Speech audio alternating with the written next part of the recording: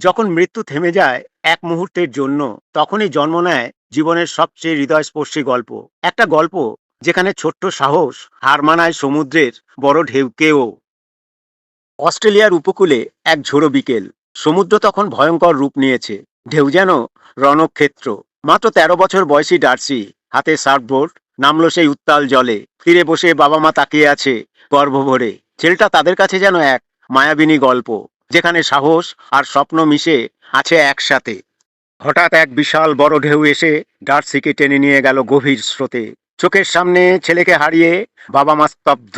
Police, helicopter, স্বেচ্ছাসেবক সবাই খুঁজতে লাগলো তাকে।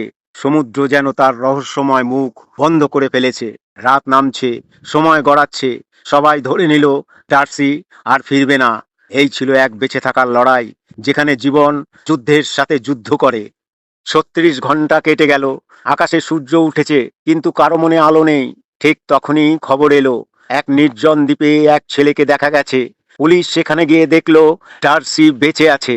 শরীর শুকনো, ঠোঁট ফাটা, চোখ লাল।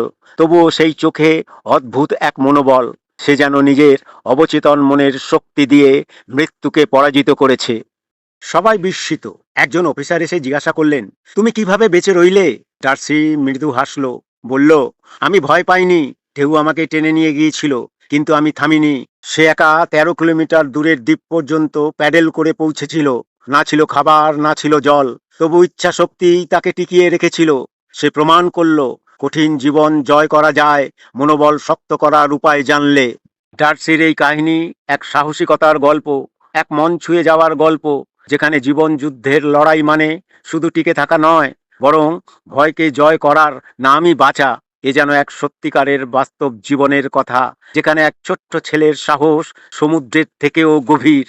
এই গল্প আমাদের শেখায়, বয়স নয়, মনের শক্তি জীবনের ঢেউ পাড়ি দিতে শেখায়। তুমি যদি কখনো ভেবে থাকো জীবন কঠিন, তবে মনে রেখো, মৃত্যু যখন ছুটিতে থাকে, তখন মানুষ নিজের মনের গল্প নতুন করে লেখে। তাই আজ থেকে শুরু করো নিজেদের বেঁচে থাকার লড়াই। ভয় নয়, সাহসকে বেছে নাও।